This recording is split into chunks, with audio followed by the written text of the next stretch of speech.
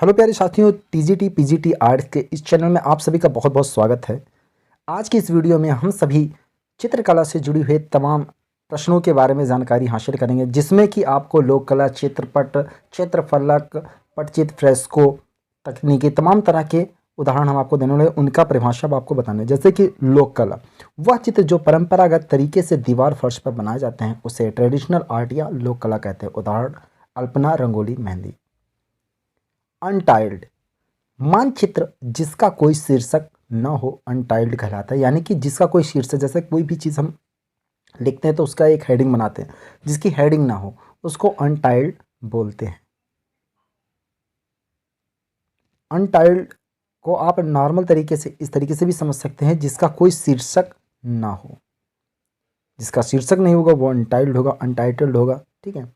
Tribal art जनजाति से संबंधित कलाकृति को ट्राइबल आर्ट कहते हैं, यानी कि जो कला जनजातियों से जुड़ी हुई है उसको हम ट्राइबल आर्ट कह सकते हैं। देखते हैं अगला पॉइंट, एनिमेशन। एनिमेशन को आप लोग जानते होंगे, ऐसी कहानी जो कंप्यूटर सॉफ्टवेयर के आधार पर फिल्म का निर्माण करती है उसे एनिमेशन कहते हैं। इसमें बहुत सारे चित्रों को एक साथ जोड़ करके एनिमेशन क्रिएट किया जाता है। 22 या 24 चित्रों को एक साथ जोड़ते हैं तभी एक एनिमेशन बनता है। कैलीग्राफी, सुंदर अक्षर लेखन को कैलीग्राफी कहते हैं। सुंदर अक्षर आपने देखा होगा, एक माप साइज में जब अक्षर को सुंदरता से लिखा जाता है तो उसको कैलीग्राफी कहते हैं।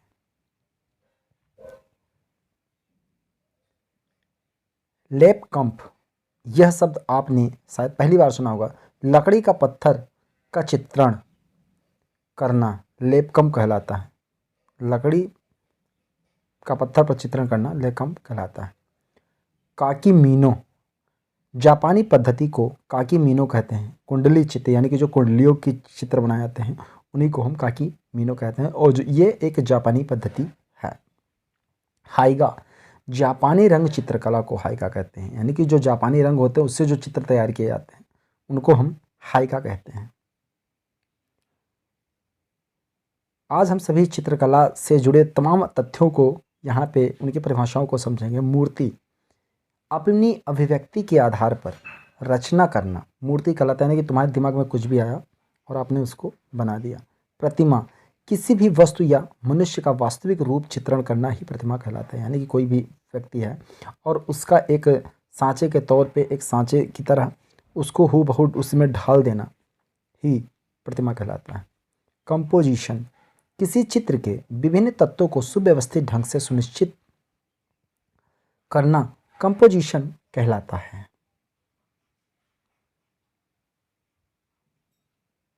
खड़सा, ये सब शब्द आप शायद पहली बार सुन रहे हैं, लेकिन ये आपको जानकारी के लिए बहुत ज़रूरी है। स्केच करना या रेखांकित करना खड़सा कहलाता है। जैसे कि हम किसी वाक्य को हाईलाइट करते हैं।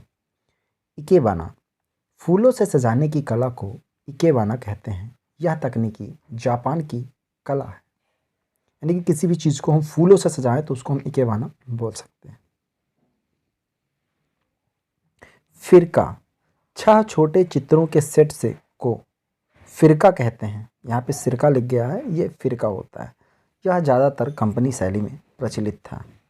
तो फिरका को आप समझ चुके होंगे कि 6 छोटे छोटे चित्रों के सेट को हम फिरका कहते हैं।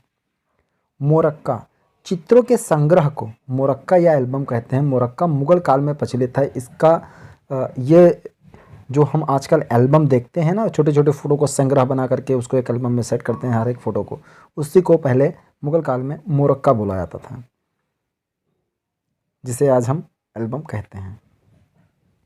बसली, कागज़ के कई तह चिपकाकर इस पर चित्रण करना बसली कहलाता है। मुगल काल में यह भी प्रचलित था, यानी कि कागज़, एक कागज़ रखा फिर उसके ऊपर दूसरा कागज़ रखा फिर तीसरा कागज़ रखा, इस तरीके से चिपका करके उसके ऊपर किसी चीज़ का चित्रण करना बसली कहलाता है, जो कि मुगल काल में ही प्रचलित था।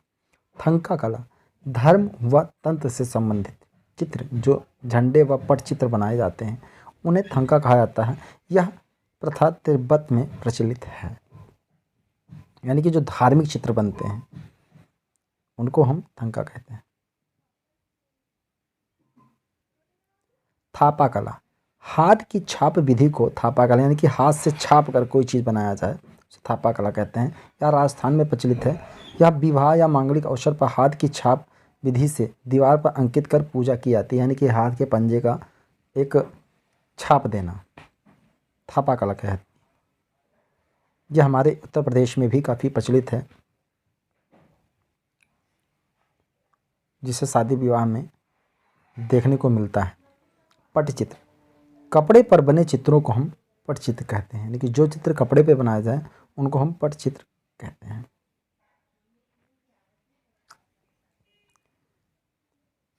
फ्रोताज, इसमें धरातल पर रेगमार्क करके मिटाना की जो प्रक्रिया की जाती है ताकि पौध की बनावट एक नए पौध में तब्दील हो जाए तथा सुंदर पौध सृजित हो जाए, उसी को हम फ्रोताज कहते हैं।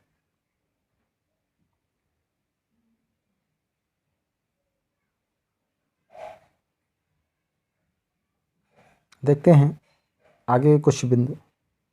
ये सभी प्रश्न हो सकता है परीक्षा में ना आए, लेकिन ये आपकी जानकारी के लिए बहुत ज़रूरी है। देखिए उसमें से कुछ आ भी सकते हैं। देखिए मोरक्का के बारे में पूछा गया है, कोलाज के बारे में पूछा गया। कागज़ या कपड़ों के विभिन्न टुकड़े से बनी चित्र को कोलाज कहते हैं। कागज़ या कपड़ों के विभिन्न टुकड़ों से, यानी कि कई तरह के छोटे छोटे टुकड़े मिला करके। कोलाज विधि की खोज धनबाद के प्रवर्तक विराट ने 1912 में किया था। पिकासो ने कोलाज माध्यम से प्रथम कृति वेत की कुर्सी पर वस्तु समूह को बनाया था। ठीक। क्राफ्ट, घर में अनावश्यक वस्तुओं से किसी चित्र या आकार को कलात्मक रूप देना क्राफ्ट कहलाता है।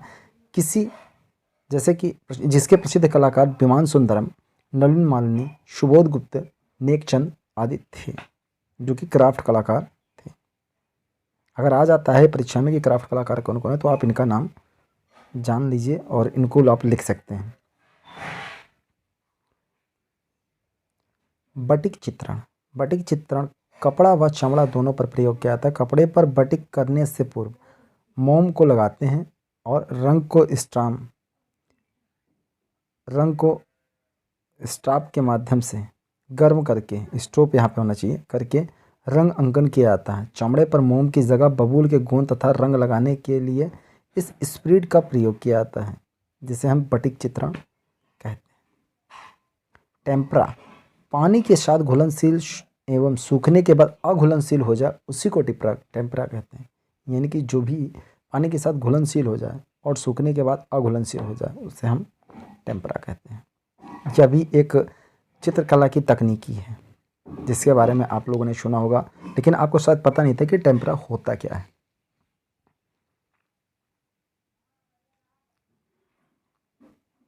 देखते हैं आगे कुछ प्रश्न। भित्ति चित्रण, भित्ति चित्रण के बारे में भी आपने सुना होगा। दीवारों पर बने चित्रों को भित्ति चित्र कहते हैं। यह सबसे प्राचीन चित्रण की विधि रही है जहाँ से चित्रकला का जन्म हुआ। यानी कि भित्तियों पे जो अजंता के चित्र थे, जोगीमारा के चित्र थे, बादामी गुफा के जो चित्र थे, तो वो सारे भित्ति चित्रण थे, दीवारों पे खुदाई करके बनाए जाते थे।